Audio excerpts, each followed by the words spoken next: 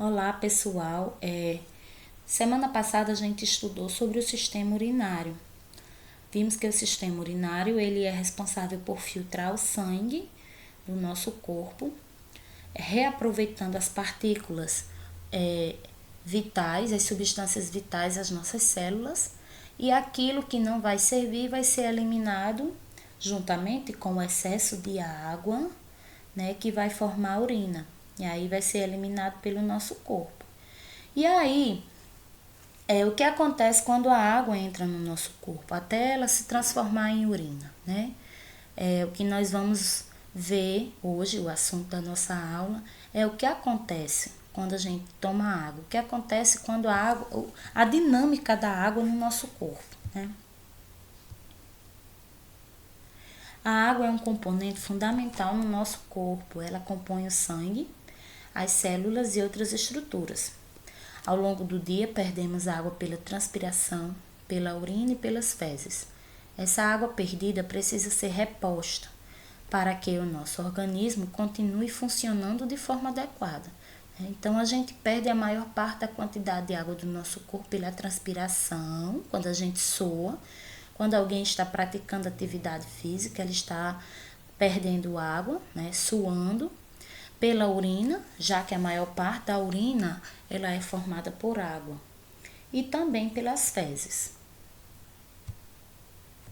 A água que perdemos é reposta pelos alimentos e pela água que ingerimos, né? A gente repõe essa água não só tomando um copo de água, mas os alimentos também contêm água. Então, essa água que, ao ingerirmos alimentos, principalmente frutas, aquelas frutas que têm bastante água, melancia, melão, a gente repõe essa água que foi perdida pelo nosso corpo. Para garantir o equilíbrio hídrico, nosso organismo tem mecanismos que regulam a quantidade de água e evitam a desidratação, que pode ocorrer quando a quantidade de água no corpo fica baixa. Então, o equilíbrio hídrico é justamente a quantidade de água que o nosso corpo precisa. A gente não tem que ter, assim, a gente tem que ter um equilíbrio. Nem pouco demais, também não muito, né? Em excesso. Tem que ser de forma equilibrada essa quantidade de água.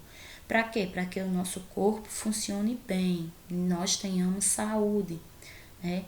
E devemos evitar principalmente a desidratação, que é quando o que ocorre no nosso corpo quando a quantidade de água ela fica baixa. E aí a gente já parou para se perguntar por que nós sentimos sede? Na final de contas, o que causa sede, né? Aí eu trouxe para mostrar para vocês aqui esse quadro que foi pintado aqui por esse artista, William Adolph, em 1886, que justamente o título dessa pintura é A Sede, que mostra aqui uma mulher com sede tomando água, certo? Necessidade diária. A sede é o termômetro da água no nosso corpo.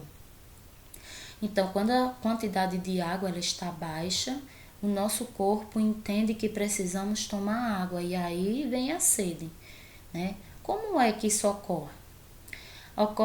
Começa na célula. A desidratação da célula avisa ao cérebro que o volume no organismo diminuiu e por isso sentimos necessidade de tomar água.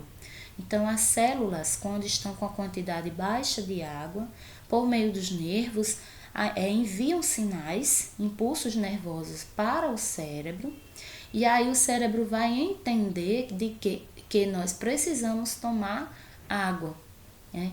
Então, é o cérebro quem vai interpretar esse sinal enviado pela célula. Aí é quando a gente tem que... tô morrendo de sede, vou tomar uma aguinha. Essa regra não vale para bebês, crianças, idosos, pessoas doentes, praticantes de atividades físicas, que devem reforçar a ingestão mesmo sem sede. Nesses grupos aqui, eles sentem pouca sede, né? Então, mesmo sem sede, mesmo sem sentir vontade de tomar água, né, eles precisam tomar água. Principalmente as crianças, os bebês que não sabem pedir água, né? Mas precisa-se hidratar eles muito bem, mesmo sem sentir sede. 2,6 litros de água é o que uma pessoa perde normalmente em 24 horas sem fazer nenhum exercício intenso. Aí nós devemos repor, em média, segundo os médicos dizem, nós temos que tomar 8 copos de água por dia, que dá justamente 2 litros de água. No mínimo nós devemos tomar 2 litros de água por dia, o equivalente a 8 copos.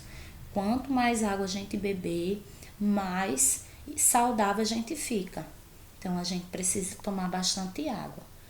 Então, quando o nosso corpo percebe essa diminuição de água, o sistema nervoso dá o comando para que a produção de urina diminua automaticamente. A urina fica mais amarelada, porque contém menos água.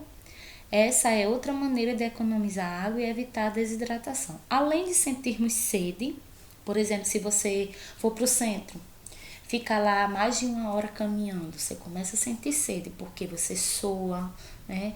Você começa o calor, né? Então, o seu corpo, você começa a perder água. E aí, além da sede, seu corpo começa a avisar que você precisa tomar água, você vai diminuir a produção de urina. Por quê? Porque seu corpo precisa economizar água. Ele não pode eliminar a urina se a quantidade de água está baixa. Então, você faz pouco xixi e o xixi que a pessoa faz, ele fica num amarelo mais forte, né? Fica mais amarelada. Os médicos dizem que a pessoa que está bem hidratada faz muito xixi, né? Vai várias vezes ao banheiro e a urina da cor clara, amarelo claro, significa que a pessoa está saudável, está bem hidratada, né? E aí os benefícios da água, eu trouxe aqui para mostrar para vocês, né? O quanto que a gente precisa tomar de água, quanto você realmente precisa. Aqui nós temos justamente os 8 copos que eu falei, de 250 ml. Então, você precisa tomar no mínimo 8 copos de água de 250 ml por dia, né? Aí aqui, o corpo é formado de 70% de água, ou seja, mais da metade do nosso corpo é formado de água. E aqui está mostrando, veja, os nossos órgãos, os órgãos principais do nosso corpo, né? O cérebro é formado 75% de água, o sangue 85% de água, o pulmão, olha aí que interessante, 90%, a pele 80%, os ossos 24%, o músculo 75%, quer dizer, apesar dos ossos serem duros, rígidos, mas eles também são formados por água. E aí, a água ajuda a converter alimentos em energia também, né, aqui no nosso estômago, e também ajuda o corpo a absorver nutrientes, porque a água, o nosso intestino precisa de água para que ele funcione bem.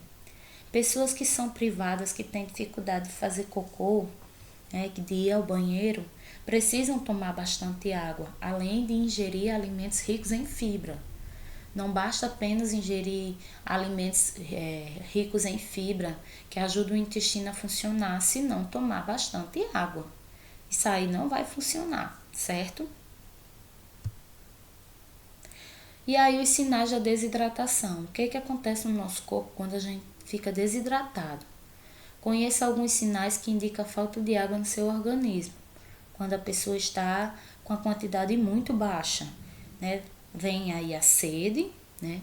A pele fica seca, causa cansaço, inquietude e irritabilidade. A pessoa fica irritada, se irrita com qualquer coisa. Urina cor amarelada escura, como eu já falei anteriormente. Boca ressecada. Prisão de ventre, né? Quando a pessoa tem muita dificuldade para fazer cocô. Tonturas, dor de cabeça, odor desagradável na boca, né? Fica com mau hálito, a pessoa fica logo com mau hálito. vontade de comer doce e cãibra, né? Então, esses são um dos sintomas da desidratação.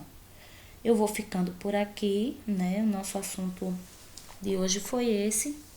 Recomendo a todos que tomem bastante água, né? Vocês sabem que a gente mora num local, numa região muito quente. Aí é que a gente precisa tomar água. Sem água a gente não consegue executar as nossas atividades diárias. A gente fica fraco, como mostra aqui nos sintomas da desidratação. Então, para manter o nosso corpo saudável, nós precisamos tomar bastante água. Por isso, bebam água. Espero que tenham gostado do assunto de hoje. Qualquer dúvida, vocês podem me procurar no privado. Outra coisa, gente, essas informações, esses slides eu vou disponibilizar, né? Eu vou depois preparar o material, vou disponibilizar lá no blog de ciências do Cardeal Câmara, que eu mostrei para vocês semana passada lá do Clique Ideia. E vai ficar essas informações disponíveis lá para quando vocês precisarem. Sempre que vocês precisarem, vocês podem consultar lá. Um abraço e até a próxima.